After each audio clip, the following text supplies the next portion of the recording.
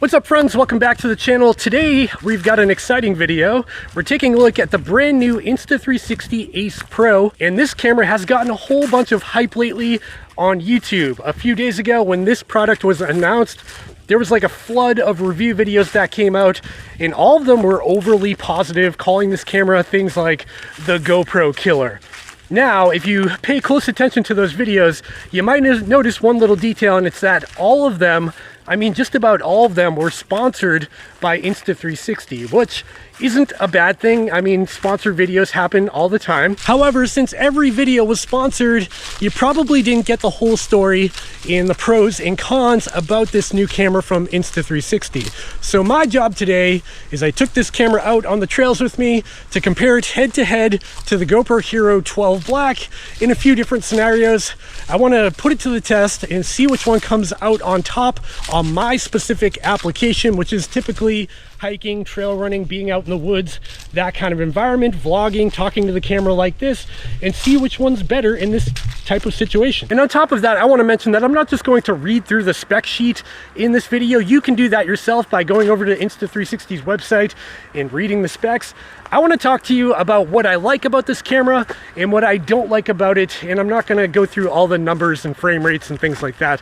We'll mention them, but I'm not going to spend too much time on it. So when I show you my test rig today, I've got my little shorty stick here that's kind of a mini tripod that I can rest on the ground, and I've got the GoPro Hero 12 Black on the left and the Insta360 Ace Pro on the right. All right, back in the studio here, I just want to quickly go over what comes in the box when you buy the new Insta360 Ace Pro. This is the standalone package that you get from their website, and inside the box you do get the camera itself, the magnetic mount attached to the camera. Of course, you get a USB Type-C cable, a simple, I think this is an adhesive mount with a GoPro style connector on top, and the battery. For me personally, I did decide to upgrade from the $450 standalone model and get the bundled endurance model that Insta360 sells, which does come with a triple battery charger along with an extra battery in the box. Moving right along into the hardware itself and some of the pros and cons I've identified in the past week or so of using this camera. First up, the pros. This camera feels really well built. It feels like a tank. It's very chunky.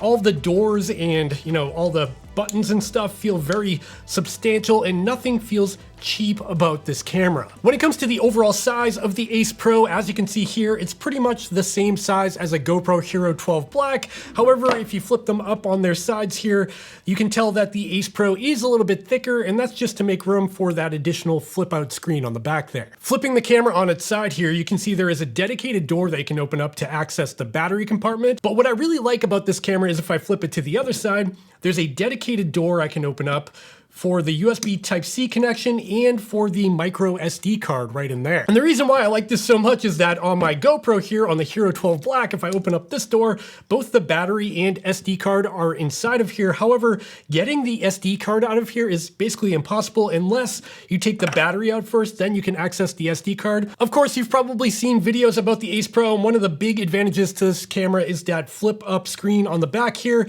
And this is a 2.4-inch display that flips up, so you can see yourself while you're filming yourself, which is very handy. And what we have here is a very unflattering shot looking up at the bottom of my chin, but you get the idea. So if we compare the front display on the GoPro Hero 12 Black to the new Ace Pro's front display with it flipped up in the back there, it's a night and day difference. Having that big 2.4-inch display makes framing yourself much, much easier as compared to the tiny little display on the GoPro. Another advantage to this flip-up display is when you're using it for other situations. For example, if you're trying to take a really low shot to the ground, you can kind of partially angle this up and articulate it in such a way that you're looking down at the display at the top of the camera rather than having to like lay on your stomach on the ground. Now that we've talked about what I like about the hardware on the Ace Pro, let's talk about some of the things that I don't like so much that concern me a little bit. And the first thing I want to mention is the magnetic mount. So as you can see on the bottom of the Ace Pro, there is a metal plate right here, and that metal plate is there because the mount that connects to it is magnetic. If you look at the plate itself, I feel like there's a missed opportunity here. If we look at the GoPro Hero 12 Black I have here, you can see that in the middle of that metal plate they have on the bottom of their camera, they installed a 1/4-20 thread. So you can put the GoPro Hero 12 on just about any tripod out there because that is a universal mounting connector there. Now on the Ace Pro, for whatever reason, they decided not to do that, even though it seems like they have the space for it. The other thing I don't love about this magnetic mount is that even though it pops on very easily, it's not fully secured to the camera, even though it looks like it is. You can see there, it looks like it's fully installed, but if I grab that mount and wiggle the camera, it falls right off. And this happens very easily. And in order to fully secure the camera to the mount, you have to first kind of position it with the magnet and then give it a real solid push until you hear that click, and that's how you know it's fully installed. So I've got mixed feelings about this mount because I do like the way it works. It's very easy to pop on and off, but I do worry about people that might take this, skiing or on a mountain bike or something, and maybe you have this on your helmet and you think it's fully attached, but it's not, and then you hit a bump and it falls off and you've just lost your $450 camera on the trail somewhere. That'd be a real bummer. Hey there, a quick interruption. If you're enjoying this video so far and you're finding it helpful or useful, I would really appreciate it if you went down and gave me a thumbs up and subscribe to my channel so you don't miss more videos from me in the future. Also, check out the links in the description down below if you're planning on picking up any camera that I show in this video, because it does help support this channel and it costs nothing extra to you. Okay. Back to the video. Now let's talk about that flip up display on the back of the camera. And like I said before, it is a really cool design, and I do think a lot of people will appreciate this flip up display because it does make framing your shot a lot easier. So first up, let's talk about the durability of this display. It is really rigid and there is no play in it. It feels really well built, and I don't think it's going to be an issue over time with durability. However, it is a moving part, and this is an action camera. So just keep that in mind. Another thing I noticed is that there is a little cable here that connects the display to the main camera itself, and every time you open and close that flappy display there, that little cable does flex every time you do that. Again, it is another point of failure. If you trip and fall and a twig gets jammed in there, it could rip that cable and then you're out of luck. The other thing I've noticed about this little flip up display in my personal use case is that it's just one extra step every time I take the camera out that I need to open and close, and it's 2 more things I have to do every time I use the camera, which is a little bit frustrating for me. For example, in my use case, I'm just talking about my use case here, I typically keep my GoPro in my running vest or in my backpack for when I'm out trail running. And then when I want to talk to the camera or film something, I pull it out real quick, I hit record, use quick capture, it turns on, starts recording right away, and I'm able to just start talking to the camera, and I can automatically see myself on the GoPro because of the tiny little display on the front of the camera. And yeah, the display kind of sucks, but at least it's something, and I can frame my shot, make sure my head's not being cut off or something like that. It's enough to accomplish that. When I pull this camera out, I have no way to see myself right away without folding out the secondary display, because the little display on the front of the camera doesn't actually show you a preview of the video you're recording. Let me remind you, this is just in my personal use case. I'm sure everybody else out there won't have an issue folding and closing up the display. I've just found it's another thing that I have to do every time I use the camera. Now let's talk about the user interface of the Ace Pro. And it's pretty much a clone of a GoPro, which, is a good and a bad thing because most people are familiar with this. Even though this user interface is very similar to a GoPro's user interface, there's a couple of clever new features which I really do appreciate. And the first one is the ability to pause recordings. So you can see here, if I start a video recording in 4K 120, and then, someone jumps off a diving board or something, I can go ahead and pause that recording for the next person to jump off the diving board. And then I can go ahead and click resume. And because I'm pausing and resuming, it's staying in one video file instead of cluttering up my SD card with a whole bunch of separate video files. Another really nice touch is the ability to cancel a recording entirely. For example, if I'm out there vlogging and I mess up one of my lines and I just give up, I can just press and hold the record button in the corner here. You can see there's a countdown timer, and now it's confirming that I do indeed want to delete this recording, and when I press cancel, it'll actually erase it off the SD card. So again, you're not filling up your storage with a bunch of garbage you don't need. Another really interesting feature about the Ace Pro is this new auto highlight feature. And what it does is after you record a video, it will actually isolate the portions of the video that are probably interesting. And at the bottom of the screen, there's a little flag with a 3 next to it. And that's indicating that there's 3 highlights in this 2-minute video. And if I click on that, it shows me that there's 3 different sections that are 6 seconds long that are probably more interesting than the rest of the video. And I can click on those and preview them. So what I can do from here is I can click this icon in the corner and save that 6-second clip as its own clip to my SD card. And you might be wondering, how does that all work? How is this camera smart enough to find the highlight clips? Well, the big marketing hype about this camera is that Insta360 claims that there's AI inside the camera. Now, I don't know how much AI is happening in here or if it's just a marketing ploy by them, because it seems like AI is such a buzzword these days and everybody uses it, but there is some interesting things going on here. Moving right along into frame rates, resolutions, and modes on the Insta360 Ace Pro, because it does get a little confusing in this area. First of all, this is the first consumer action camera that can shoot 8K video, which is insane. 8K video is a very high resolution video, and this camera can shoot it in a tiny little form factor. The Insta360 Ace Pro also has a 1/1.3 inch sized imaging sensor, which is substantially larger than something like the GoPro Hero 12 Black. Now, even though this camera can shoot 8K, there are a bunch of limitations around that 8K. First of all, it's only available in standard video mode, not in time-lapse mode or pure video mode or anything like that, only in standard video mode. It's also only available in standard color. You can't shoot HDR 8K footage. And on top of all that, you are limited to 24 frames per second, which is kind of a bummer on an action camera. I would like to see 30 frames per second as a minimum, because there's typically a lot of movement and action with an action camera. Now, other than 8K, in just about every other frame rate and resolution, it's very similar, if not the same, to the GoPro Hero 12 Black. However, the GoPro does have one advantage at its maximum resolution of 5.3K, and it's that it can shoot anything from 24p all the way up to 60 frames per second if you want that, and you're not limited to that 24 frames per second like on the Ace Pro. And that's kind of the weird limitation of the Insta360 Ace Pro.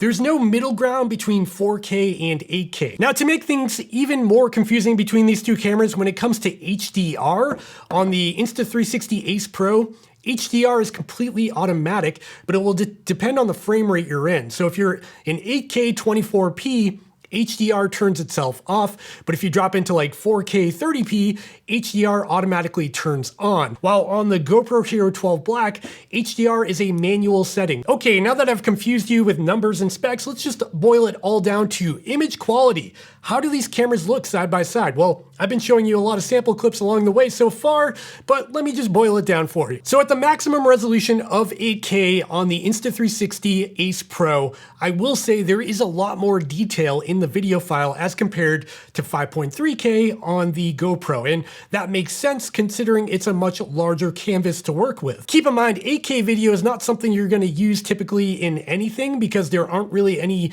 8K TVs or 8K phones or computers to even view that footage on, but the value is that you can crop into that footage to get a zoomed in view of whatever you're trying to achieve there without losing any detail. The only differences when it comes to image quality between these two cameras, when you're in the same resolutions and frame rates, is going to be when it comes to color and dynamic range. Because when it comes to color, the Insta360 Ace Pro tends to lean towards cooler, more green, more blue colors when it comes to white balance. On the GoPro Hero 12 Black, it tends to lean towards a warmer orangey reddish color. Now, both look good, and I think depending on the situation you're in and the lighting you're in, one could look better than the other and could look more natural. However, when it comes to dynamic range between these two cameras, that's where there is a pretty big difference. The Insta360 Ace Pro has a much larger sensor, and it also has some of that AI smarts behind the scenes that does help with highlights and shadows. They both look really good, and honestly, if I wasn't comparing them side by side, I'm not sure I'd be able to complain about either one. They both look great. There is a little bit more resolution and dynamic range on the Ace Pro, but the GoPro does a pretty darn good job too. Next up, let's talk pro video features, and this is something I was pretty surprised about. So in the GoPro Hero 12 Black, one of the big claims to fame with this camera is that when it launched, it comes with 10-bit color. And what that means is that there's just a bigger color palette to work with when it's creating video in the camera. On top of 10-bit color, the Hero 12 Black also has a log picture profile, which is used for professional editing if you're trying to color match the footage to a camera like a Sony or something like that, you can pull this low contrast, kind of flat footage off your camera and bring it into your software to edit it and color grade it in post. Now on the Insta360 Ace Pro, I'm pretty sure this camera is filming in 8-bit color and not 10-bit color, and it does not have a log picture profile. It does have a flat picture profile, but that's not a true log picture profile. Do these pro video specs matter to you? Probably not, but there is a pretty small percent of users out there that won't buy a camera unless it has 10-bit color, so just keep that in mind. Moving right along to the next hot topic that everybody cares about, stabilization. Both the Hero 12 Black and the new Ace Pro are class leading when it comes to stabilization. These cameras can smooth out just about any movement for any activity like mountain biking, skydiving, for me running, hiking, jumping in a pool, whatever. You're gonna get smooth footage from both of these cameras. However, just like everything else between these two, there are pros and cons when it comes to stabilization between these two. And the first one is going to be in standard video mode. When you're just shooting in 16:9 aspect ratio, I do think the GoPro Hero 12 Black has a pretty big advantage when it comes to super jerky vibration and crazy movements. That's where the GoPro really shines. For example, as a stabilization stress test, I took both of these cameras out on a trail run, and as I was running, I had both on the same selfie stick, and I was literally just shaking my hand around like a crazy person as I was running down the trail.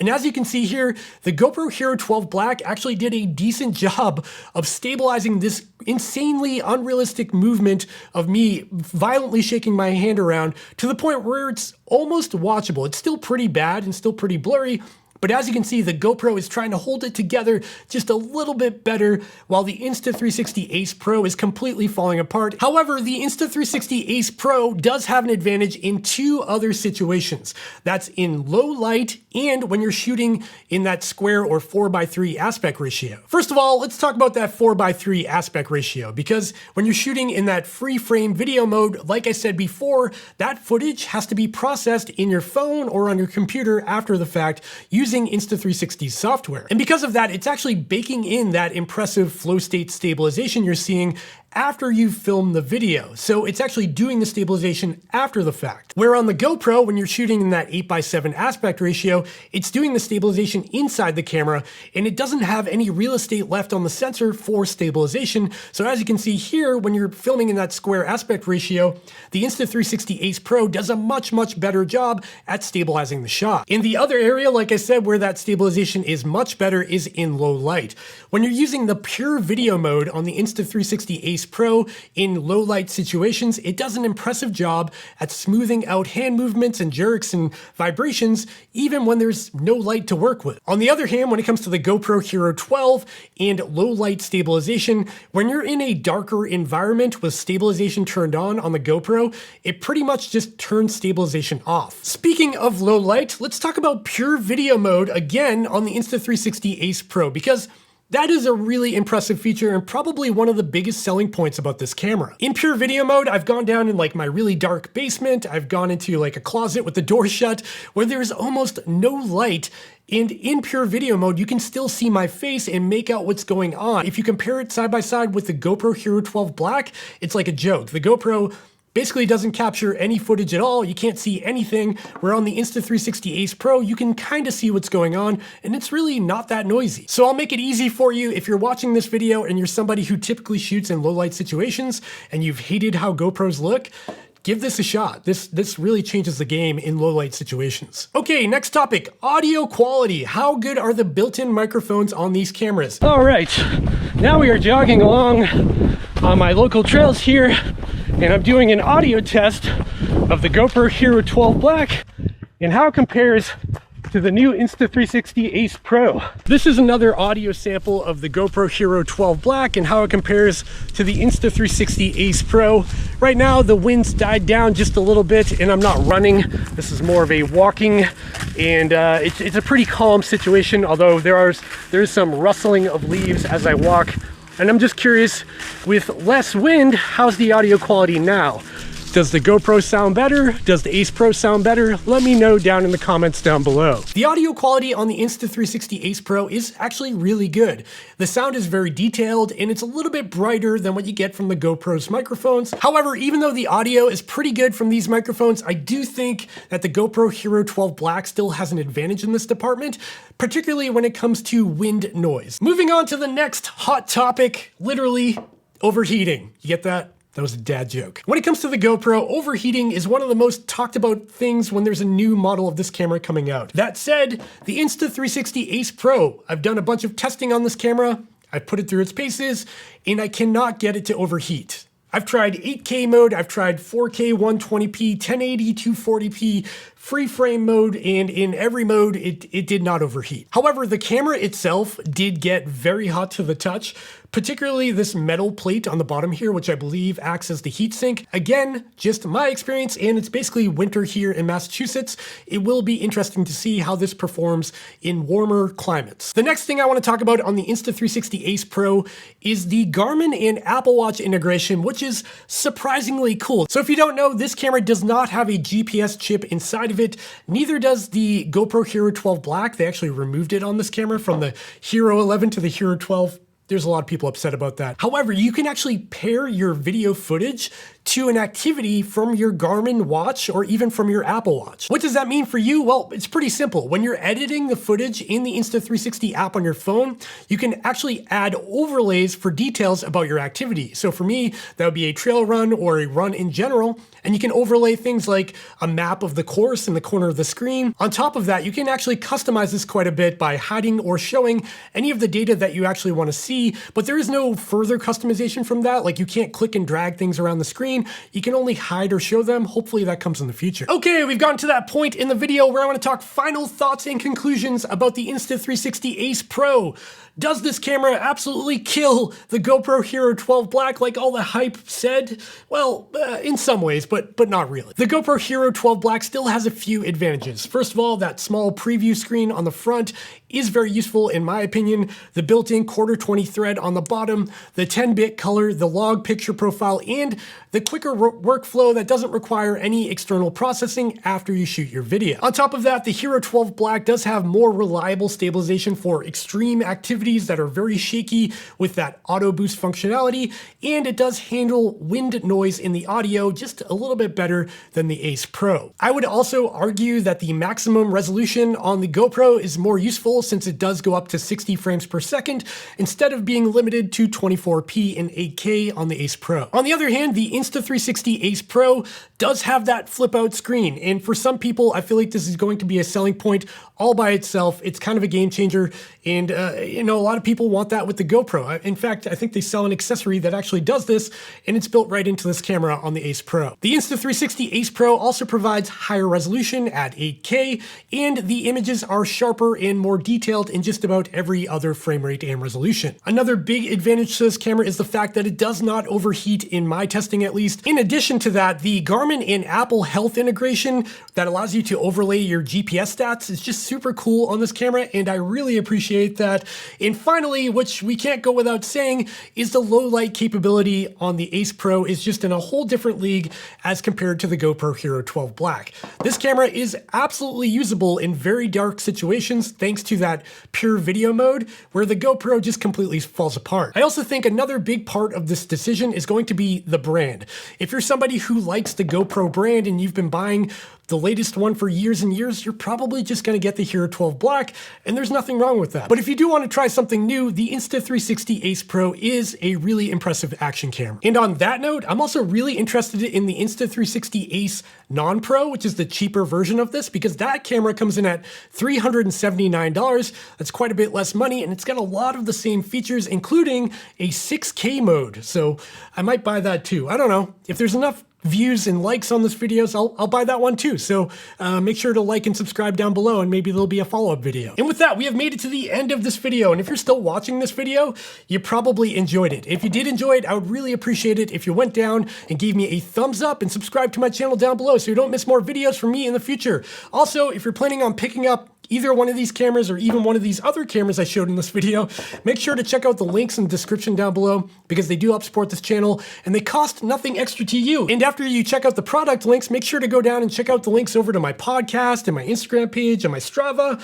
and follow me on all those other places, okay? Why don't you do that? All right, I gotta go. I'll see you next time. Bye.